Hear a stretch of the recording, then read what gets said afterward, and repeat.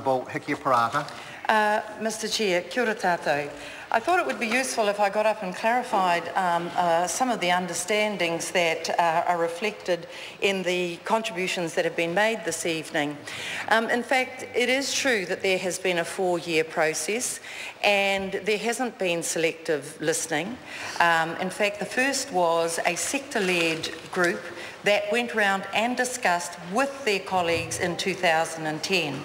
In 2012, there was another review, and it was based around who could or couldn't safely teach in schools, and that was followed in 2012 by a further review of the Teachers' Council as a whole, and that went round and consulted.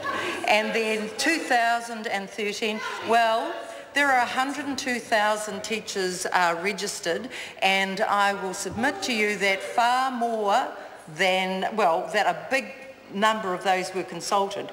And then the MAG, well, because I can't put a specific number on it and I don't propose to, but if the members would just like to listen, as opposed to suggesting that I don't.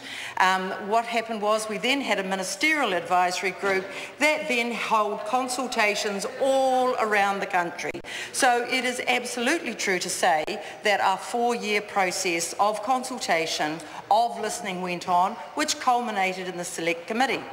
It is not true to say, then, that we have not listened to the Select Committee, because a number of the recommendations made by that Select Committee have been incorporated into this bill. Members are very exercised by the idea that there will be 9 appointed members to the Council. What will occur there, and what has been indicated from the outset, is that the competencies and capabilities expected for the governance of the institution will be publicly known and transparent, and it will be democratically possible for every individual teacher to nominate into that process if they chose to, unlike the process we have now where it happens through particular organisations. Parents can nominate.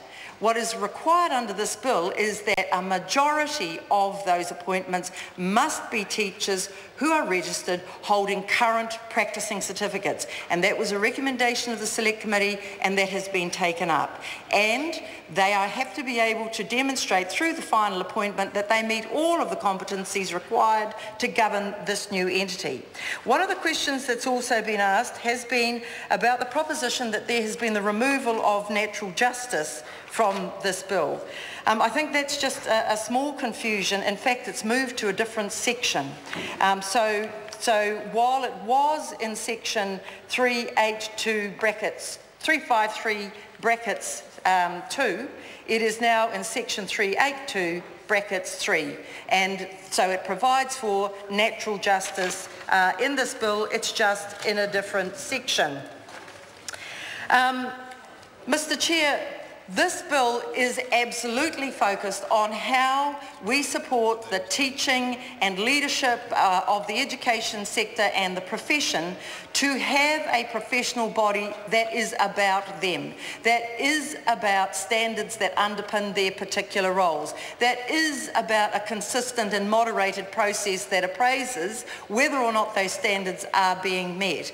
The 10% provision is to ensure that there is consistency across the country. Analogously, this is what NZQA does when it ensures that we have consistent marking of our examinations. In fact, I think that enhances the quality provisions that are within this bill. Mr. Chair, I think that Educans is a sound reflection of the characteristics that are necessary for a 21st century professional body, and this bill has certainly been through rigorous scrutiny as it has done tonight, and I am very pleased that we've had the opportunity to clarify some of the concerns that have been raised during the debate. Thank you, Mr. Chair. I call Adrian Ruafai.